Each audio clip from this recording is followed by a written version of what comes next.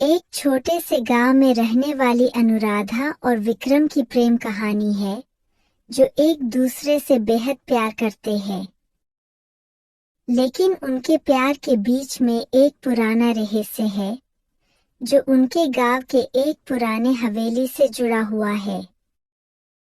जब वे इस रहस्य को सुलझाने की कोशिश करते हैं, तो उन्हें अपने प्यार की परीक्षा देनी पड़ती है, और उनके सामने आती है एक ऐसी हॉरर घटना जो उनके जीवन को हमेशा के लिए बदल देती है।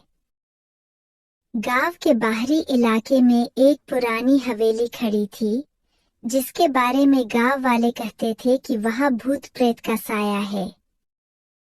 अनुराधा, जो एक जिज्ञासु और साहसी लड़की थी, उसे हमेशा से उस हवेली में रुचि थी। विक्रम, जो उसका बचपन का दोस्त और प्रेमी था, उसे हमेशा उस हवेली से दूर रखने की कोशिश करता था। लेकिन एक दिन अनुराधा की जिज्ञासा उसे उस हवेली के दरवाजे तक ले आई। विक्रम ने उसे रोकने की बहुत कोशिश की, लेकिन अनुराधा ने उसकी एक न सुनी और हवेली के अंदर चली गई। अंदर जाते ही उसे एक अजीब सी ठंडक महसूस हुई और उसे लगा जैसे कोई उसका पीछा कर रहा हो। उसने पलट कर देखा, लेकिन वहां कोई नहीं था। उसने आगे बढ़ने का फैसला किया। अनुराधा ने धीरे धीरे हवेली के अंदर कदम रखा। उसके कदमों की आवाज गूंज उठी और उसे लगा जैसे हर गूंज के साथ हवेली की दीवारें उससे कुछ कहना चाहती हों। उसने देखा कि हवेली के अंदर का फर्नीचर धूल से अटा पड़ा था और जाले चारों ओर फैले हुए थे।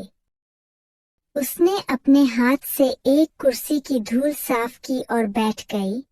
तभी उसे एक पुरानी तस्वीर पर नजर पड़ी। तस्वीर में एक सुंदर युवती और एक युवक थे, जो बहुत खुश लग रहे थे।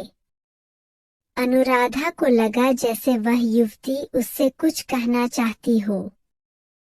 उसने तस्वीर को और ध्यान से देखा और तभी उसे एहसास हुआ कि वह युवती उसकी दादी माँ की तरह दिखती है। उसने तस्वीर को उल्टा किया और पीछे कुछ लिखा हुआ पाया, जो प्यार सच्चा होता है, वह कभी नहीं मरता। अनुराधा के मन में कई सवाल उठने लगे। उसने तस्वीर को अपने पास रखा और हवेली के और अंदर जाने का फैसला किया। जैसे ही वह आगे बढ़ी, उसे एक अजीब सी आवाज सुनाई दी।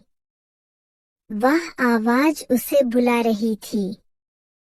वह आवाज उसे एक बंद कमरे की ओर ले गई। उसने दरवाजा खोला और अंदर एक बड़ा सा हॉल देखा, जहां एक बड़ी सी चित्रकारी थी। चित्रकारी में वही युवती और युवक थे, लेकिन इस बार उनके चेहरे पर दुख की छाया थी।